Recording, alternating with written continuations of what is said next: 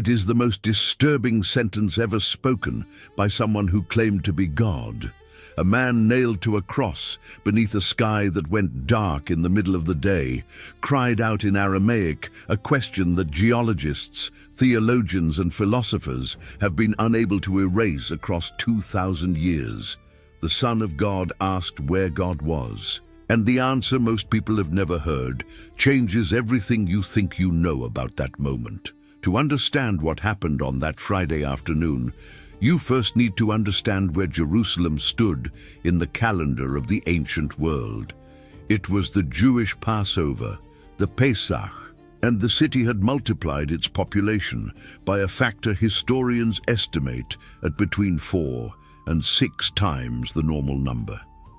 Jerusalem held, under ordinary conditions, around 80,000 inhabitants. During that specific period, it is estimated that between 300,000 and 1 million pilgrims arrived from every region of the Mediterranean world. Galileans descending along the northern roads, Jews of the diaspora traveling from Babylon, Egypt, Rome, Corinth, arriving in caravans that took weeks on the road.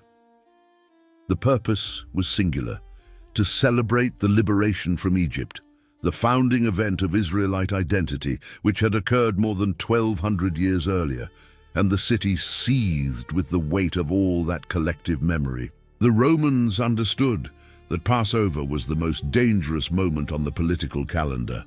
The celebration of a historical liberation in the context of military occupation was anything but subtle. The procurator Pontius Pilate, who normally governed Caesarea Maritima, had come personally to Jerusalem for the festival, bringing additional military reinforcements.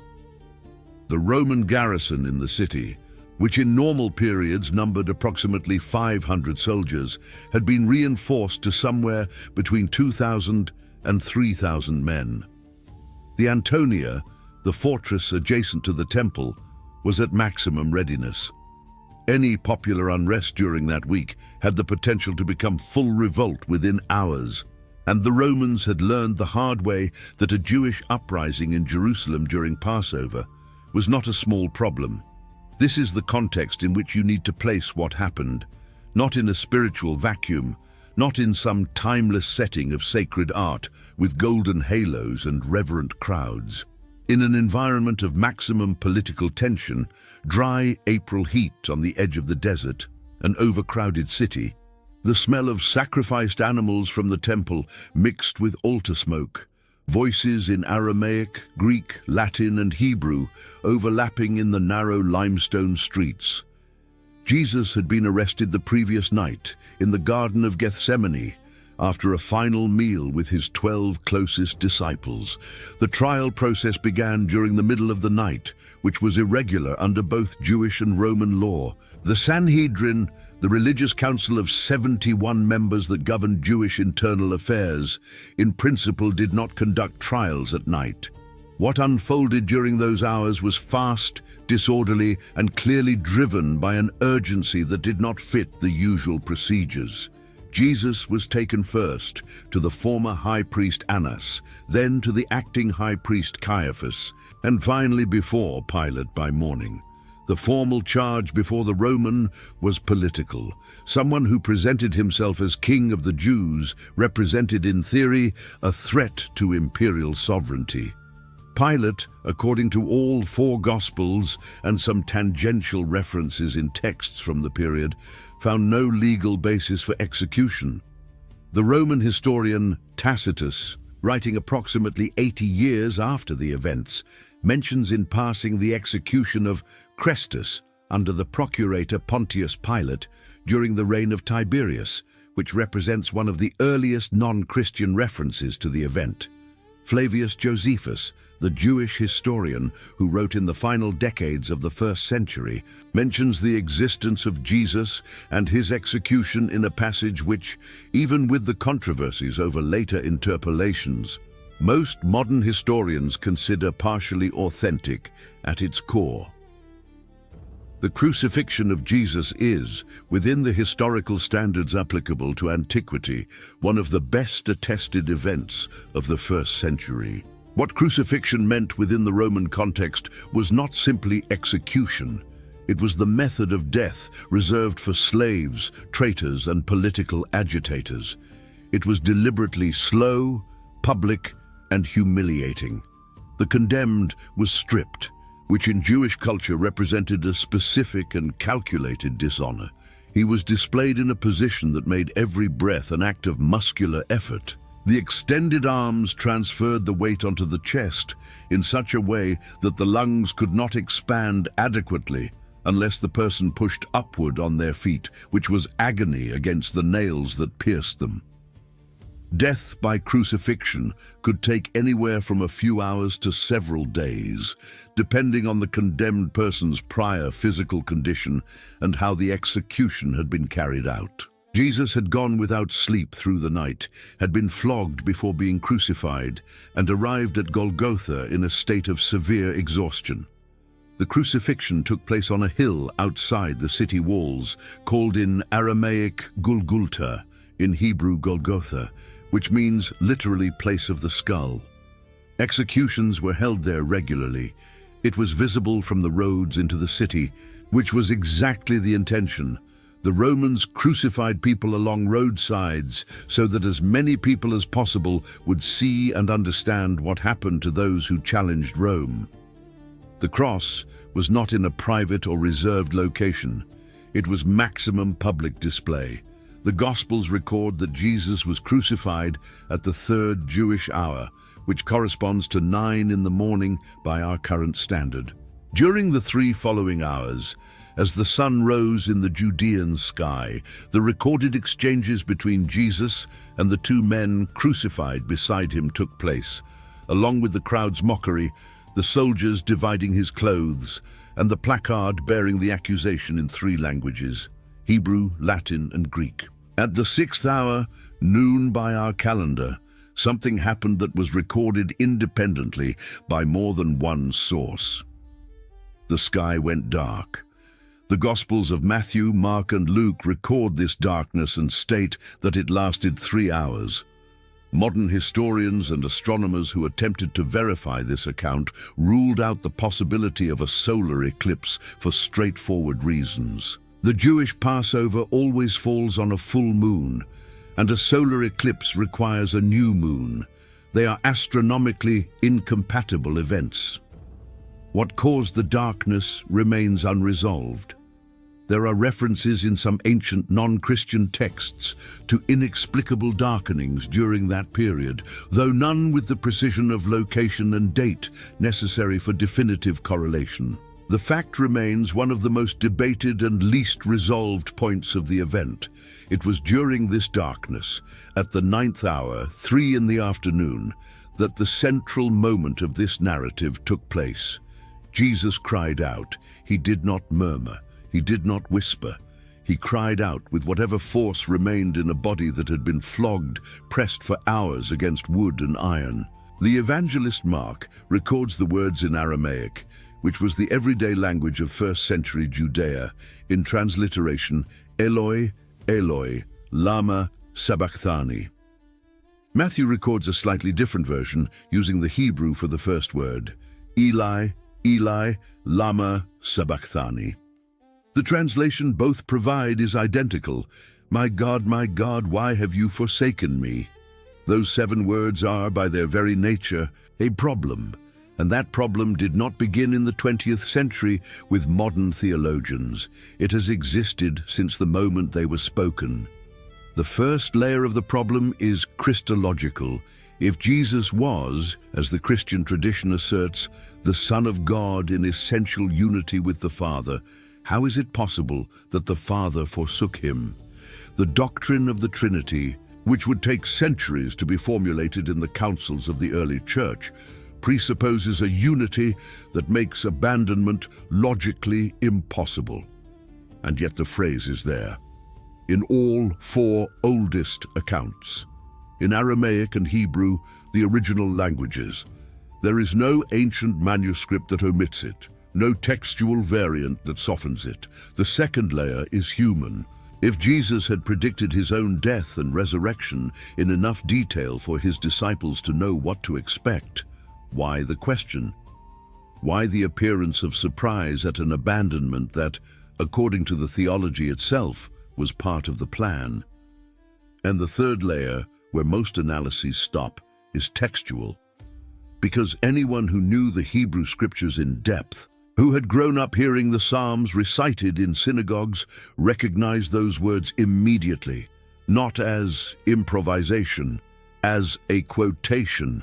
Psalm 22 begins exactly this way. My God, why have you forsaken me? It is the opening line. And it is not a coincidence that Jesus, in a moment of maximum agony, recited exactly that line. In the Jewish teaching tradition, quoting the opening of a text was a way of invoking the entire text. It was a common pedagogical device. When a rabbi cited the first line of a psalm, everyone present who knew that psalm understood that the reference was to the complete poem, not just to the line spoken. Which means that to understand what Jesus was saying in that moment, you need to read the whole psalm. Psalm 22 was composed by David, probably in the 10th century before Christ, in a situation of severe personal suffering that the text does not specify precisely. The date of composition is approximately 1,000 years before the crucifixion. Among the scrolls found at Qumran, in the Dead Sea manuscripts discovered in 1947, there are fragments of Psalm 22 dating from at least a century before the crucifixion, confirming that the text existed and circulated in that form at least 100 years before Jesus was born. This is relevant because it eliminates the possibility that the correspondence between the psalm and the crucifixion narrative was the result of later editing of the texts. The Qumran manuscripts predate the New Testament. The psalm was already there, and when you read the whole psalm, you begin to notice something that centuries of isolated reading of the opening line had hidden in plain sight. Psalm 22 describes, with disturbing specificity, a scene that corresponds point by point to what the Gospels record about the crucifixion. Verse 8 says, "All who see me mock me. They hurl insults, shaking their heads." The Gospels record mockery, and exactly those kinds of gestures by those present. Verse 18 says, "They divide my clothes among them, and cast lots for my garment." The Gospels record that the soldiers divided Jesus' clothes and cast lots for his tunic. Verse 16 says, "They pierce my hands and my feet." Verse 14 says, "I am poured out like water, and all my bones are out of joint." Any modern physician who analyzes the physiological effects of crucifixion recognizes in that description the precise symptoms of a man who died that way. That psalm was written 1,000 years earlier, without historical anesthesia, without access to Roman execution technology, without prior knowledge of how David or his descendants might die, and it describes the scene with a precision that has no satisfying natural explanation within conventional historiographical models. But the most significant aspect of Psalm 22 is not the descriptions of suffering, it is what happens in the second half of the poem, because the psalm does not end in abandonment. It ends in something completely different. Verse 24 says, "For he has not despised or scorned the suffering of the afflicted one. He has not hidden his face from him, but has listened to his cry for help." Abandonment revealed as attention, silence that was listening. Verse 27 declares that all the ends of the earth will remember and turn to the Lord, and all the families of the nations will bow down before him. The final verses announce that a people yet unborn would serve the Lord, and that future generations would proclaim his righteousness to a people not yet come into the world. Jesus was not improvising despair in a moment of psychological collapse. He was citing, from beginning to end, a poem whose first line was agony and whose last line was universal proclamation. And he knew that everyone who heard the first line, who knew that text, would understand that the last line was included in the reference. What the abandonment meant theologically is a question the Christian tradition spent centuries articulating with precision. The most common formulation is that in that specific moment, Jesus bore upon himself the totality of what Christian theology calls human sin, and that the nature of that sin is, by definition, separation from God. It was not possible to carry the separation without experiencing it. The abandonment was not theatrical. It was the inevitable consequence of being the concentration point of everything that is, by nature, separated from the divine. But there is a dimension of the event that purely theological analysis frequently leaves aside: the physical dimension. Because Jesus was not a ghost, he was a human being with a nervous system, with lungs that needed air, with a heart pumping blood. And what was happening to that body during those hours was documentable in modern medical terms, with a precision that ancient accounts recorded, without the terminology, but with the correct details. The Roman flogging that preceded the crucifixion was administered with an instrument called the flagrum or flagellum, made of leather strips attached to a handle, with fragments of bone or lead at the ends. The effect on the subcutaneous tissues was devastating. Deep lacerations, significant blood loss, exposure of muscle tissue on the back and flanks. Many condemned men died during the flogging before reaching the crucifixion. Jesus arrived at Golgotha in a state that the text records as unable to carry the instrument of execution the full distance. A man named Simon of Cyrene was pressed into service by the soldiers to carry the cross for the final stretch. In the crucifixion position, with the arms extended, the weight of the body pulled the diaphragm downward in such a way that exhaling was relatively easier than inhaling. To breathe inadequately, the person had to push upward using the feet, pressing against the nails that pierced them. Each breath was a deliberate decision to cause oneself pain. Over time, the diaphragm and intercostal muscles fatigued. The breathing rhythm became shallow and irregular. Carbon dioxide levels in the blood rose. The mental state shifted. The British physician Frederick Zugibe, who studied the physiology of crucifixion for decades, describes this process with a progression that ancient texts captured in different terminology, but with surprising clinical accuracy. The Roman soldiers present at Golgotha heard the words Eli, Eli, or Eloi, Eloi, and according to the accounts of Mark and Matthew, confused them with an invocation of Elijah, the prophet who in Jewish tradition had been taken up to heaven without dying and was expected as the forerunner of the Messiah. The misunderstanding is linguistically plausible. Eli in Hebrew sounds similar to Elijah for someone not fluent in the language. This detail is considered by textual historians as one of the markers of the account's authenticity, because it is the kind of small, apparently purposeless confusion that would not have been invented. What happened immediately after the death is recorded with a convergence that historians and archaeologists continue to investigate. Matthew records an earthquake. All four Gospels record the tearing of the temple veil, the linen curtain that separated the compartment called the Holy of Holies, where the high priest entered only once a year on Yom Kippur to make atonement for the people's sins from the rest of the building. The curtain was torn from top to bottom, not from the floor upward as a human being would tear it, from top to bottom.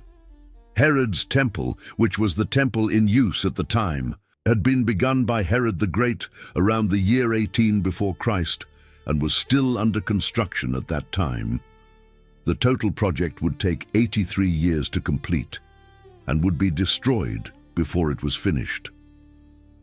The Holy of Holies was at the western end of the building, separated from the holy place by a curtain that the Talmud describes as a handbreadth thick, approximately 8 centimeters, and so heavy that it required 300 priests to carry it.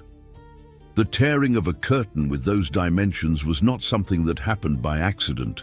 If the account is accurate, the The symbolism was brutal and unambiguous within the Jewish context. Access to the Holy of Holies, the focal point of the divine presence in the world, the space that only the high priest could enter, and only once a year with the most precise purification rituals under risk of immediate death if anything went wrong. That access had been torn open, not by human hands.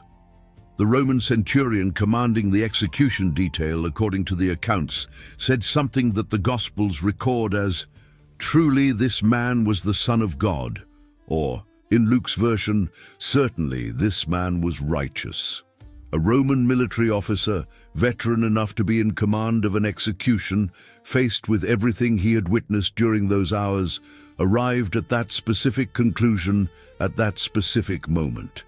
That detail is not minor. A Roman centurion was a professional of violence. He had supervised executions before. He was accustomed to the process, the smell, the mechanics of death by crucifixion.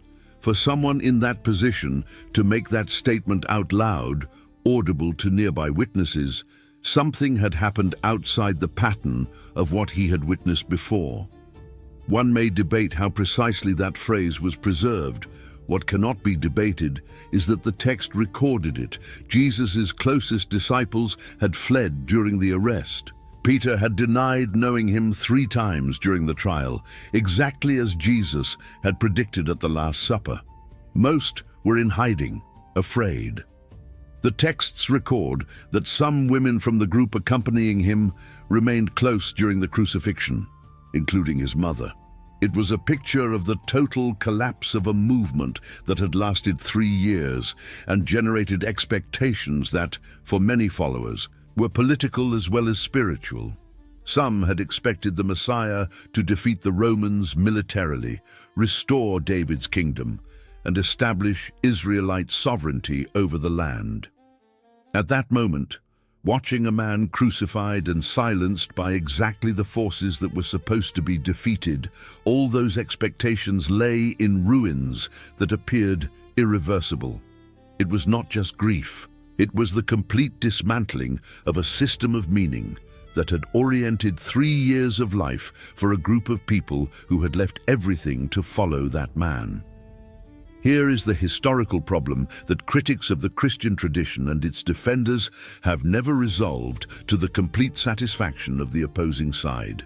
50 days after the crucifixion, exactly at the Jewish feast of Pentecost, the same men who had fled were in Jerusalem publicly proclaiming that Jesus had risen from the dead, before an audience that included people who had been present at the crucifixion, who knew where the body had been buried, and who had every resource and every motivation to verify or disprove the claim.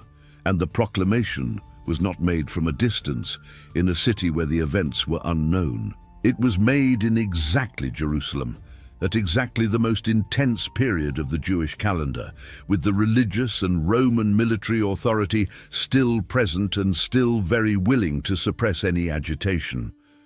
Why would men who had fled in fear return weeks later to make a claim that could result in the same execution they had just witnessed?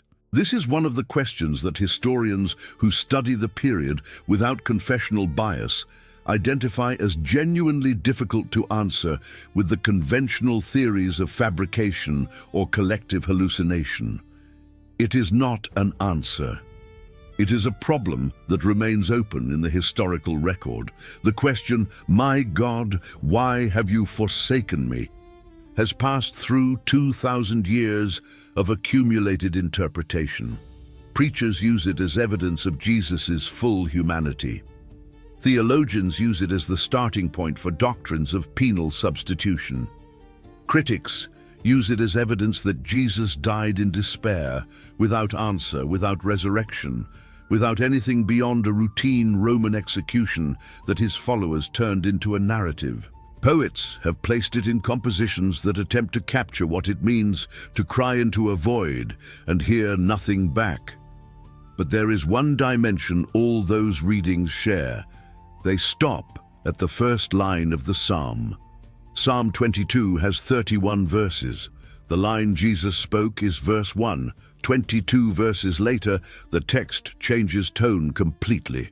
The suffering does not disappear retroactively, but it is placed in a context that transforms it. The abandonment is not the conclusion of the poem. It is the starting point of a trajectory that ends in universal proclamation, in future generations not yet born being summoned to listen. A writer who quotes the first line of a poem in the tradition Jesus inhabited is not making a statement about that line alone. He is invoking the complete arc, and the complete arc of Psalm 22 does not end in abandonment. There is a quiet irony at the center of this story. The man who cried, "Why have you forsaken me?" is the same man who, according to the accounts, had predicted every detail of what was happening, the same man who had said he would rise on the third day, the same man who had chosen to be there. That does not eliminate the pain. It does not make the abandonment less real, but it places the question in a different context. Not as the words of someone who lost control of the situation, but as those of someone who was, at that precise instant, at the lowest point of a trajectory whose final destination was already known. The question, "Why have you forsaken me?" did not remain unanswered. It remained unanswered for 3 days, and then something happened that no historical document has been able to explain satisfactorily, and which changed the way the Western world counts time.